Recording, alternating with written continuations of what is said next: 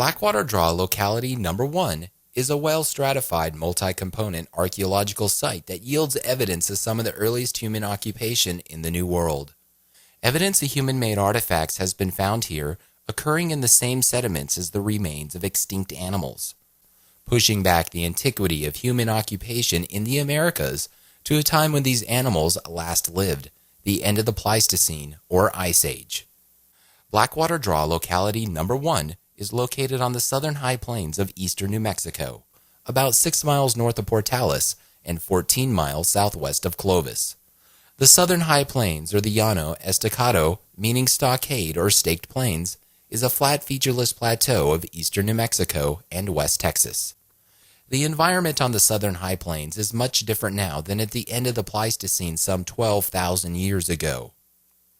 Blackwater Draw Locality 1 was originally a spring-fed pond that attracted a multitude of animals known collectively as megafauna.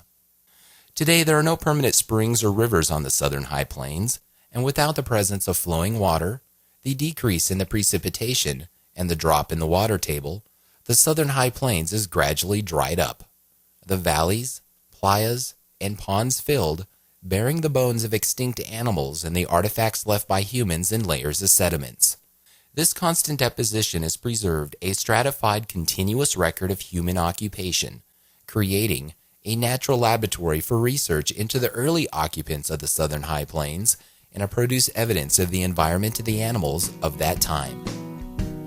Before we can continue and discuss the history of the archaeological research at Blackwater Draw, we need to place it in the broader, scientific context of the time before its discovery. In Europe, by the mid to the late 1800s, different discoveries were made of large fossil bones in undisturbed association with stone artifacts. These discoveries led to an acceptance of an Old World, Paleolithic man, and by the 1880s in the New World, a great interest developed in establishing a similar framework for an American Paleolithic man.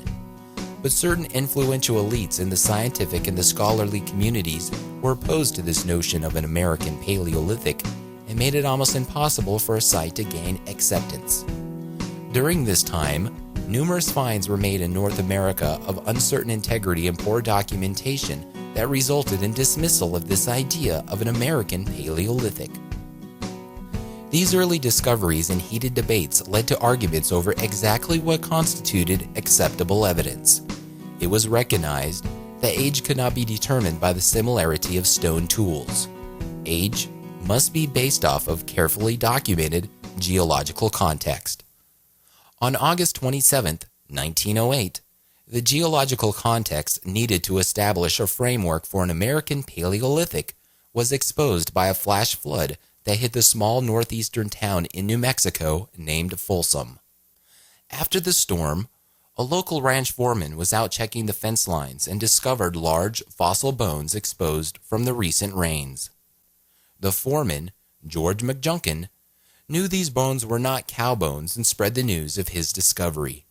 Many years after his death, the Denver Museum of Natural History learned of McJunkin's finds and started excavating at that location. In July of 1926, the excavations uncovered a finely made projectile point with a central groove, or a flute, called a Folsom point among the bones of an extinct form of bison. By the end of the next year's excavations, there was enough proof, even for the influential elites, to realize that the first Americans had arrived at least by the end of the Pleistocene, when this now form of extinct bison once roamed the plains. 2 years after the significant excavations at Folsom, a young man from Clovis, New Mexico, named Ridgely Whiteman, discovered Blackwater Draw in 1929. Whiteman found a stylized biface, or fluted point, similar to the ones found at Folsom, along with mammoth bones in a blowout or a wind deflation basin. What Whiteman had found is known today as a diagnostic Paleo-Indian artifact commonly called a Clovis point. What makes this artifact diagnostic is the unique style, a flute or a single flake that had been removed from the base. It was morphologically similar to the artifacts found at Folsom, but was unknown at the time of Whiteman's discovery was that a subtle, stylistic change in these unique bifaces would chronologically place these artifacts in time, making one older than the other. Even though Blackwater Draw was discovered in 1929, no scientific research was carried out until 1932, when the importance of Blackwater Draw was brought to E.B. Howard's attention. Howard was on the southern high plains looking for early man sites. On his way back home to Philadelphia, Howard visited Blackwater Draw and planned to conduct excavations the following summer. However, a few months after Howard visited the site, the New Mexico State Highway Department began excavating gravel at that location in September of 1932. The mining operation opened 2 gravel quarries, the North and South pits here at Blackwater Draw. The presence of the gravel mining operation was destructive due to the fact that the commercial gravels were located under the strata that contained the artifacts. However, it was also beneficial because it removed large quantities of overburden and exposed animal bones and artifacts. The initial gravel mining operation only lasted for a few months and was abandoned by December of 1932. For about 2 decades, the North and South pits here at the site remained unchanged and were extensively studied by paleontologists and archaeologists. The research resulted in detailed data on the nature of the strata exposed in the walls of the 2 pits and the identification of animal bones. By January of 1933, different bones from Blackwater Draw were identified as mammoth, bison antiquus, camel, and horse. At the end of the Pleistocene, a wide range of animals became extinct. These included the American mammoth, the bison antiquus, the pre-Columbian horse, camel, and many others. The demonstration of artifacts in situ, that is, in an undisturbed context with these now extinct animals, provided evidence of human occupation in the New World around the end of the Pleistocene, reinforcing the finds at Folsom. This demonstration of the association of artifacts and extinct animal bones would become the primary concern of research and excavations at Blackwater Draw until the mid-1950s. In the summer of 1933, Howard directed a project where the initial concern was to study the stratigraphy and the positioning of artifacts and vertebrate fossils. 3 years later, in 1936, detailed excavations were conducted for the recovery of artifacts and fossils in situ or in an undisturbed context. The first attempt to preserve the site took place in 1940, when John Cotter, an archaeologist who worked with Howard, sent a letter to the U.S. National Park Service representative. In his letter, Cotter argued for the importance and the need to preserve the site as an outdoor in situ museum. However, Cotter's request to preserve the site was unsuccessful. In the years to follow, the site was abandoned and no research was conducted until after World War II, when professional interest was renewed at the gravel pits by E. H. Sellards of the Texas Memorial Museum. He requested one of his colleagues to test the deposits at the gravel pit, which he termed Blackwater Draw Locality Number 1. Upon the start of the investigations at the site, artifacts were immediately found in situ with vertebrate fossils, and once again excavations began to expose the stratigraphy for detailed study. The banks of the gravel pit were cleaned off, and Glenn Evans, who at the time was employed by the Texas Memorial Museum, worked out the geological descriptions of various units, preparing maps and stratigraphic cross-sections of the deposits. This concept of stratigraphy is important to archaeologists because it represents the passage of time. The lowest, or the basal units, are the oldest, and the top, or the surface units, are the most recent. Evans' descriptions became the basic stratigraphic type section for the site, a template for the passage of time. The deepest or the basal units here at Blackwater Draw contain no artifacts and consist of the commercial gravels that were mined. The overlying stratigraphic unit contained Paleo-Indian aged artifacts and consisted of gray sand. The unit above that contained no cultural material and was described as a browned sand wedge. The next unit also contained Paleo-Indian aged artifacts and was described as a diatomaceous earth that was covered by a carbonaceous silt. The next strata contained still later aged artifacts called archaic and consisted of jointed sand. The last and the most recent deposition at the site consisted of a tan, wind-blown sand. In the discipline of archaeology, without the presence of an absolute date, the past is usually characterized by similarities and distinct changes in artifact styles that correspond with a rough estimation of time. The distinction, Paleo-Indian, refers to the oldest inhabitants of the Americas and was defined and characterized at this time by the presence of fluted bifaces or points. The distinction, Archaic, was defined at this time by the disappearance of fluted artifacts and a noticeable change in settlement and subsistence patterns. After the Texas Memorial Museum excavations, work at Blackwater Draw was discontinued. During this time, the land that the site was on was purchased by another individual, and by May of 1952, Sam Sanders of Portales, New Mexico, acquired the lease on the mineral rights and started mining gravel once again. This was the only gravel pit operating within a radius of 75 to 100 miles, and operation soon expanded with increasing demands. Explosives were used to break up the sand and gravels, and heavy machinery was used to remove the overburden and transport the gravel. The research at Blackwater Draw at this time took a new approach. Instead of research being primarily concerned with the stratigraphy and the positioning of artifacts and extinct animal bones, research was now directed at salvaging as much data and as many specimens as possible which were exposed from the gravel mining operation. In addition, a greater control of the chronology with the advancements in technology led to the collection of charcoal for C14 dates or radiocarbon dating for absolute dates. The resumption of the gravel mining operation also prompted other institutions and archaeologists to become involved with Blackwater Draw. As a result, state and local officials were contacted in an attempt to have portions of the gravel pit set aside for a scientific preserve.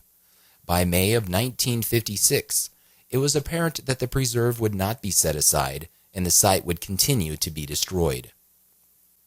This resulted in many institutions and organizations conducting salvage excavations at Blackwater Draw in an attempt to save as much information as possible. During this time, the gravel mining operation was in full swing and removed approximately 100 to 200 cubic yards of sand and gravel and equal amounts of overburden daily. For the next several years, archaeologists would work alongside the gravel mining operation, excavating in the most promising areas of the gravel pit. By 1961, the destruction of the site was nearly complete, extending to the limits of the prehistoric pond. Only in a few isolated spots was the original stratigraphy preserved. But by the next year, some of the most spectacular finds were made at Blackwater Draw along the northwest border of the gravel pit in an area being stripped to obtain the gravel deposits underneath. One major discovery was made by J.D. Murray, a dredge operator who mined gravel. He located a hot spot and recovered approximately 50 artifacts in 2 hours. As news of his discovery became known, excavations began, and 2 days later, approximately 200 artifacts were recovered. A few months later, in November of 1962, another major find was made along the north wall of the gravel pit. Immediately, excavations began, and by January of 1963, 5 mammoths were uncovered with more than 100 associated Clovis-aged artifacts. Adjacent to the mammoth bone bed was a stratigraphic wall 3.65 meters, or roughly 12 feet tall, with Folsom, late Paleo-Indian, and Archaic-aged artifacts superimposed over the bone bed. Unequivocally, these excavations supported the finds at Folsom, demonstrating the antiquity of humans in North America and the stylistic cultural sequence of Paleo-Indian bifaces at Blackwater Draw. The oldest bifaces here at Blackwater Draw are commonly called Clovis points, and they are associated with the remains of mammoth. The Clovis points have a flute or a single flake removed from both sides of the base, about 1/3 of its length. The Clovis points found here at Blackwater Draw date between 11,200 to 10,900 years before present. Later in time, the style of bifaces change, and the next oldest are commonly called Folsom points. They are smaller than the Clovis point and generally associated with extinct bison. The flute on Folsom points now extends 2/3 of its length, and these date between 10,500 to 10,000 years before present. Later in time, the Folsom styles give way to late Paleo-Indian styles, which some archaeologists describe as being variations of reworked types. The late Paleo-Indian artifacts here at Blackwater Draw are found in association with and above Folsom artifacts, suggesting a temporal overlap, though most of these artifacts found here at Blackwater Draw date between 9,800 to 6,200 years before present. Along with these stylized bifaces, other artifacts are found in association with them, and together they make up what is known as a Paleo-Indian toolkit. These toolkits are composed of the stylized bifaces, which are considered to be a multifunctional tool. Associated with these are unstylized bifaces that are usually made on large and small flakes or cores and are considered to be blanks or preforms. Other artifacts found in the toolkit are associated scrapers, a beveled implement usually made on flakes used for various scraping or cutting tasks. Another common implement found in the toolkit are gravers.